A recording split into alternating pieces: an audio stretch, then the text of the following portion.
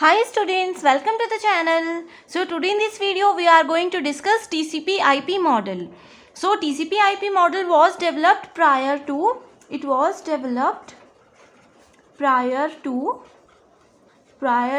OSI model. Okay, so the TCP/IP model is not exactly similar to OSI model, right? OSI model में हमारे पास 7 layers होती हैं. Okay, and in case of TCP/IP model we have only 5 layers, right? So इसमें first layer जो है that is application layer, second is transport layer, next layer is network layer, next is data link layer, and last layer is physical layer. ठीक है. सो यहाँ पे एक तो session layer available नहीं है एंड दूसरी प्रेजेंटेशन लेयर नहीं होती है. ठीक है, बाकी जितनी भी लेयर्स हैं ये सभी लेयर्स OSI मॉडल में भी होती हैं. सो यहाँ पे जो session layer and presentation layer का काम होता था वो करती थी एप्लीकेशन लेयर. ठीक है, application layer is a combination of presentation layer and session layer.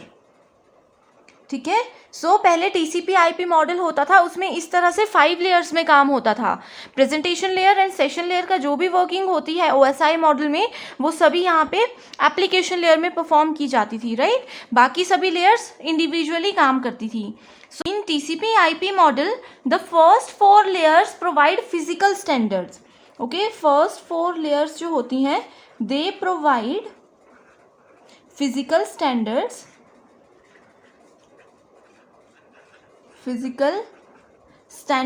right, and they also provide network interface,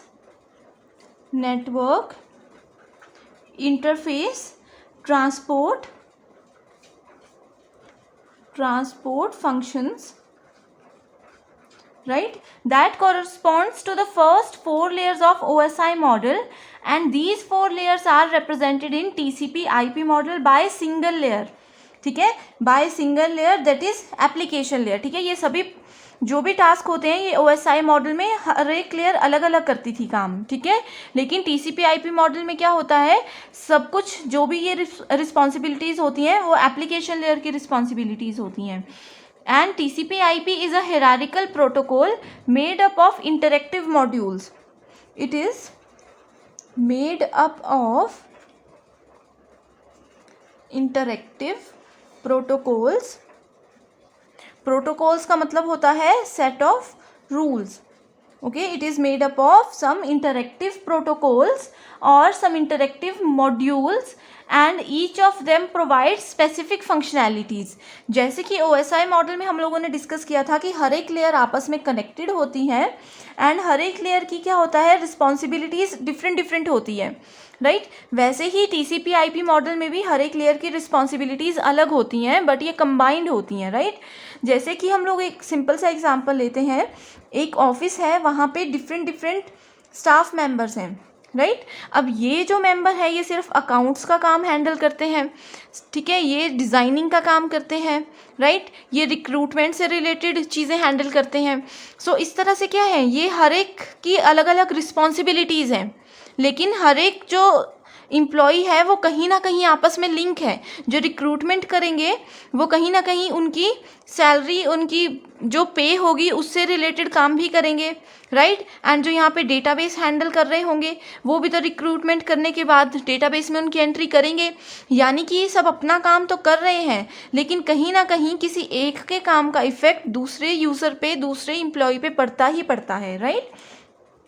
सो वैसे ही यहाँ पे TCP/IP मॉडल में होता है कि हर एक लेयर की रिस्पॉन्सिबिलिटी जो है वो अलग अलग है लेकिन वो हमेशा क्या करते हैं कनेक्टेड होते हैं एंड एक ही प्रोसेस को कंबाइनली कंप्लीट करने के लिए यूज़ होते हैं. ओके, सो यहाँ पे हमने बताया कि हायरार्किकल मॉडल है.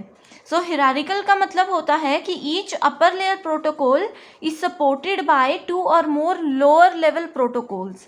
ठीक है। सो अपर लेयर के जो प्रोटोकॉल्स होते हैं वो कहीं ना कहीं लोअर लेवल पे या लोअर लेवल के प्रोटोकॉल्स अपर लेयर्स पे डिपेंडेंट होते हैं। ये हेल्प करते हैं एक दूसरे की किसी टास्क को कंप्लीट करने में। सो यहाँ पे जो फर्स्ट लेयर होती है that is the lowest layer. Lowest layer जो है वो है network access layer. Network access layer, ठीक है। OSI मॉडल में हम उसे नेटवर्क लेयर बोलते थे, but in case of TCP/IP इसको बोलते थे नेटवर्क एक्सेस लेयर, ठीक है। सो नेटवर्क एक्सेस लेयर क्या होती है? लोएस्ट लेयर होती है। जैसे कि हम लोगों ने OSI मॉडल में कहा था कि इनका जो ऑर्डर है, हर एक लेयर का जो ऑर्डर है वो बहुत इंपॉर्टेंट है, वैसे ही TCP/IP मॉडल में भी लेयर्स का order is very important. So lowest layer network layer है। नेक्स्ट लेयर आती है हमारे पास internet layer. Internet layer, okay. ये क्या है? This is the second layer of TCP/IP model. इस लेयर को हम लोग और बोल सकते हैं नेटवर्क लेयर। नेटवर्क लेयर, ठीक है। सो यहाँ पे नेटवर्क एक्सेस लेयर है एंड यहाँ पे नेटवर्क लेयर है। इसकी जो मेन रिस्पॉन्सिबिलिटी होती है वो होती है इंटरनेट को हैंडल करने पे। जैसे पैकेट्स एक जगह से दूसरी जगह पे ट्रांसमिट हो रहे हैं, सो किस तरह से वो ट्रांसमिट होंगे, ये सब चीज़ें इंटरनेट लेयर हैंडल करती है। थर्ड लेयर होती है transport layer. So transport layer is basically responsible for reliability, flow control and connection of data which is being Saint over the network, ठीक है। सो ये सब रिस्पॉन्सिबिलिटीज होती हैं ट्रांसपोर्ट लेयर की। नेक्स्ट लेयर आती है application layer. Application layer, this is the top most layer in TCP/IP model and its major responsibility is to handle high level protocols and issues of representation, ठीक है। Represent करना है data या कोई भी file packets, उसको handle करना, उसमें कोई इश्यूज हैं उसको हैंडल करना is the responsibilities of application layer, okay. This is the top most layer and यहाँ पे एक लेयर मिस हो गई है that is data link layer, ठीक है। Data link layer, transport layer, application layer, network access layer and internet layer, okay. So TCP/IP model में ये 5 लेयर्स होती हैं and in the next video we will discuss all these layers one by one, okay. So I hope you understand all these points. Thank you.